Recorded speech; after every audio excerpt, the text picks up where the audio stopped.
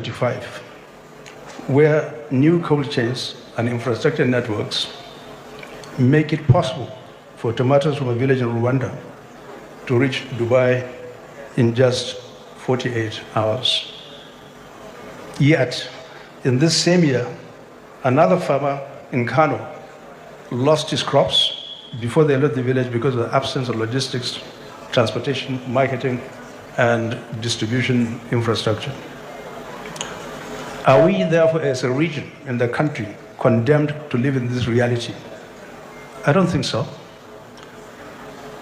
Let me begin with a small teaser. Can we together envision something with me in northern Nigeria where a farmer in Mambila can send fresh milk to Singapore in 72 hours, where our miners in Jos export not raw ore, but high-value products stamped ethically sourced in Nigeria, and our young people are building companies that compete on the world stage. I guarantee you that this is not a fantasy. It is a choice, a deliberate choice. And I believe the reason we're here today is to talk about how we make that choice together. First, there is nothing inherently wrong with us as a people. This is not about capability, but about connectivity. The infrastructure, the technology, the systems that link potential to prosperity. We know that it is possible to connect the dots. My experience tells me that. We have what it takes to unleash abundant prosperity. So here's the question. Do we have the will to connect them into something actually much bigger? Because technology is not just a tool, it is the currency of competitiveness. We do know that the regions that digitize value chains, integrate markets, and mobilize capital will win in the next decade, and we can be one of them if we act with urgency and precision. Let's then move forward and talk about the purpose of this paper and the key takeaways. This conversation I'm having with you is actually simple but very powerful. First, we look at the opportunity in front of us in these three sectors and why they matter now more than ever before. Second, we present a strategic, actionable vision for how technology can ignite industrial transformation, drive growth, and solid, sustainable infrastructure in the region. Third, we can then connect all these things into one unified development model that makes us a magnetic field for attracting global investment. Fourth, we'll do all of these things by deploying the required capital, skills, and infrastructure. If you remember nothing else at the end of this speech, remember these 5 vital takeaways. 1, these 3 sectors do not exist in separate silos. They can, and they must be fused into one value-creating ecosystem where each sector reinforces the other 2. Second, technology is the multiplier. Because what we do know is that digital tools, renewable energy systems, and data-driven platforms can accelerate productivity, cut waste, and open new markets. 3, we have a blueprint to mobilize capital. We can attract blended finance, climate funds, and diaspora investment by packaging bankable projects. 4, very important area, skills development is as critical, if not more critical than even the roads, the bridges, the power lines, and the industrial parks.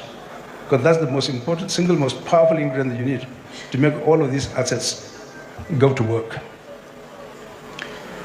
5th, we must take bold action.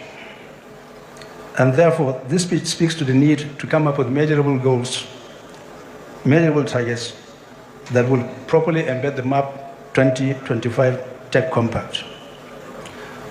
Ladies and gentlemen, with that purpose and those outcomes in mind, let us reframe how we think about industrialization in northern Nigeria.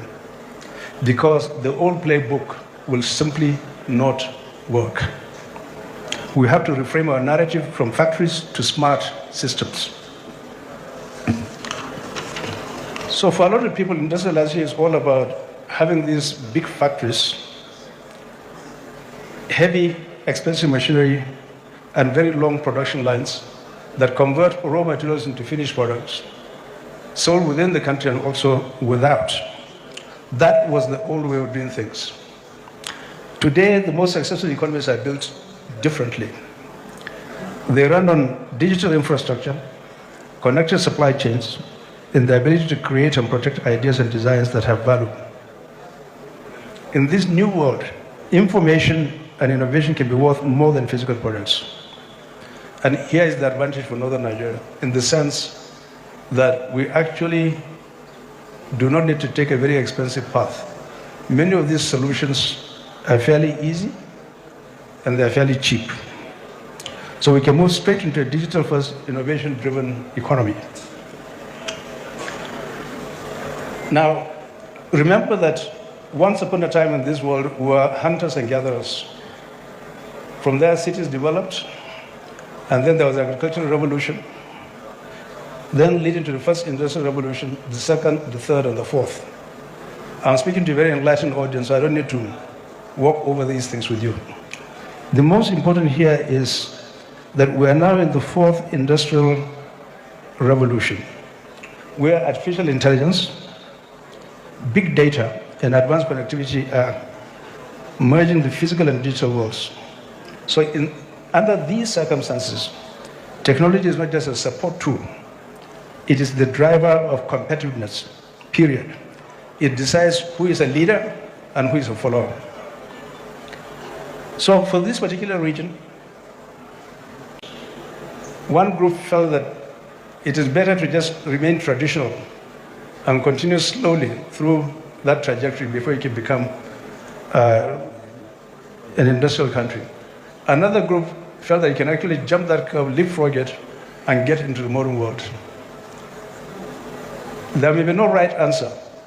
You can allow the traditionalists to do what they are doing until they catch up, but you cannot hold progress. And so it is very, very important to actually adopt these principles as quickly as possible. This, of course, means building smart industrial areas where fast internet, cloud services, and digital payments are as basic as roads and electricity. It means using online government services so that business registration, licensing, and customs clearance happen quickly and easily. It also means focusing on high-value sectors of the economy like software, financial technology, and creative industry that bring strong returns without needing massive physical infrastructure. And we do not really have to imagine what it looks like. There are numerous examples around the world. In India, the Digital India program built a national digital ID, fast payment systems, and open data platforms. The government simply just provided the base, and business builds services on top of that base, from online shopping to healthcare, reaching even the most far away rural communities. Take another example, the example of Rwanda. Rwanda is small, not as much endowed as us. It has invested heavily in technology parks, nationwide internet coverage, and online government services. Combined with training programs and supportive policies, it became a recognized technology, industrial, and tourism hub. This demonstrates, like Senator Saraki and others have said, that political will, strong and robust leadership, policy coherence, and a clear digital-first strategy can elevate a country from being a renegade to a star player around the global stage. For our region, therefore, going digital first also means looking beyond mining, agriculture, and power to integrate other complementary enablers. These are exceedingly important. They, in and of themselves, cannot actually provide the solution that is required. What are these enablers? One, region-wide or nationwide broadband and affordable devices so everyone can connect. Everything sits on that, actually. Without that, forget it. Two, STEM education and skills training from school to vocation centers are critical. You need the people who are fully equipped to take on this challenge. Healthcare technology is critical in order to complete the ecosystem of human capital development so that it can reach rural areas and then improve planning. 4, modern transport and logistics, which must be linked to after trade routes. I'm talking of the African Free Continental Trade Area. Creative industries such as film, music and fashion, based on our rich cultural history, must be globalized through online platforms. Then, critically, financial services innovation through mobile banking, microloans, and safe spaces for new ideas to grow.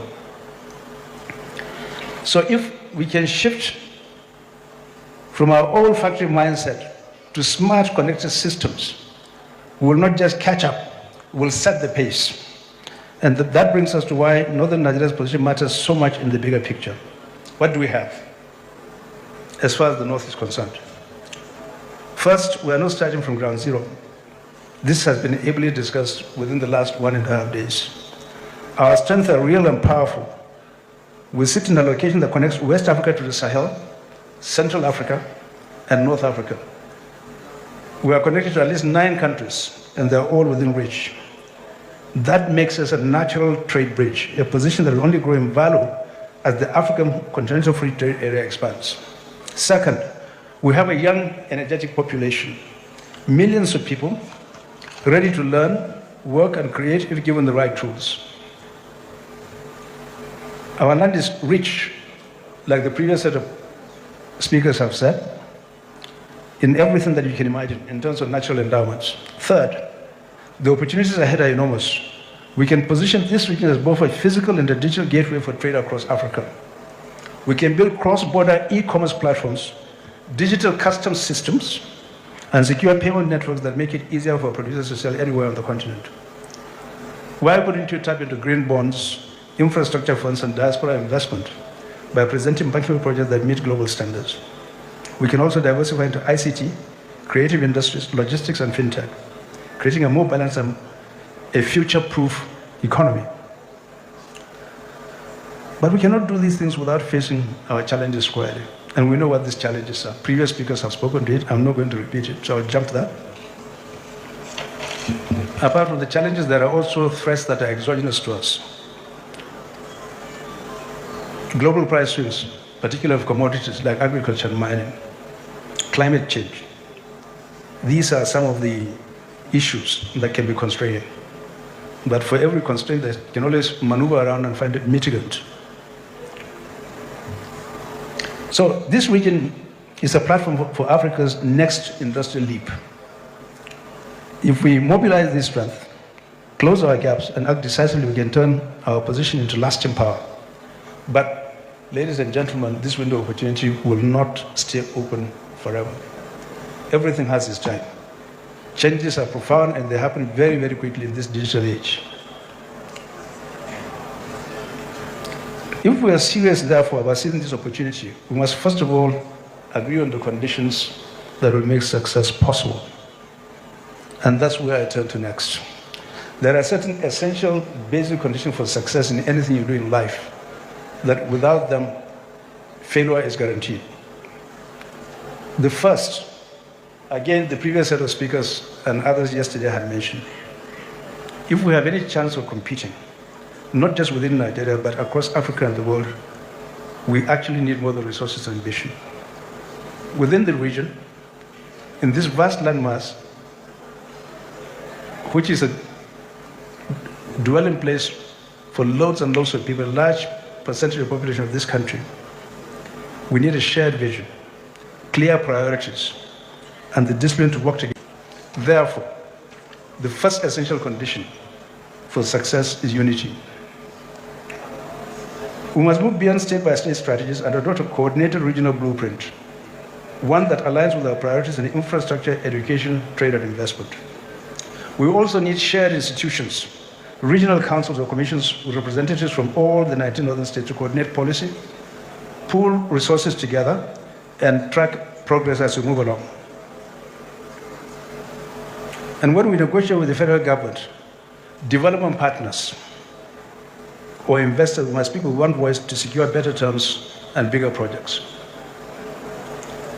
Most importantly, We must learn from other regions how they have successfully developed a cohesive regional development strategy. Once upon a time, at the time I was running NNDC towards the beginning of the 1990s when I left, NNDC was, nobody could come even remotely close to it. That was what I inherited from previous GMDs.